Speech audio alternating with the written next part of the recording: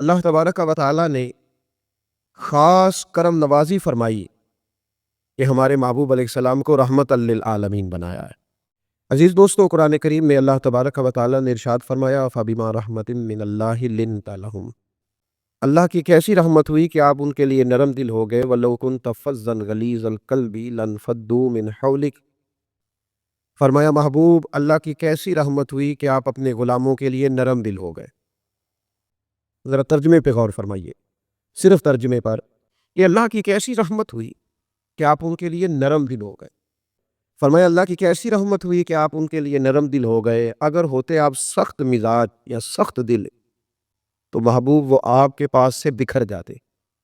وہ دائیں بائیں چلے جاتے، ٹوٹ جاتے۔ اور چونکہ بات اللہ اور اس کے رسول صلی اللہ علیہ وسلم کی ہوتی ہے تو بات کرنے والے سے زیادہ اس بات کا ادب ہوتا ہے، لہذا بہت زیادہ توجہ کے ساتھ کچھ وقت آپ دیں۔ دین کی بات جتنے زیادہ ذوق سے سنی جائے اتنی جلدی اثر کرتی ہے، جتنے زیادہ ذوق سے سنی جائے۔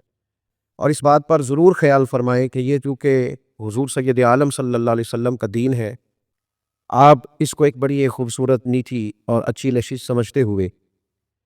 تو اس میں کوشش کا بھی بہت دخل ہوتا ہے، پر زیادہ تر اللہ کی توفیق ہی اثر انداز ہوتی ہے۔ دین کا کام، دین کی بات چند لوگوں سے شروع ہوتی ہے، تو آپ زیادہ توجہ سے بیٹھیں، زیادہ شوق کے ساتھ بیٹھیں، زیادہ،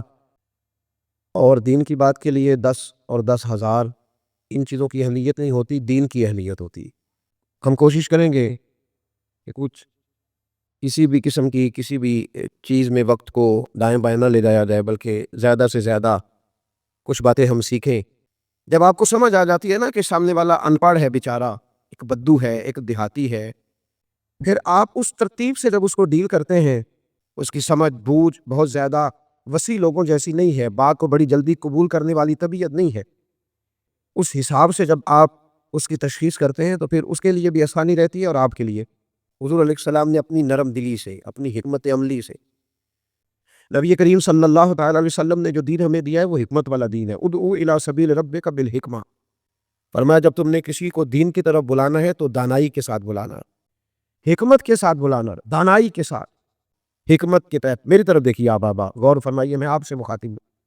جب کسی بیمار کا علاج کرنا ہوتا ہے تو سارا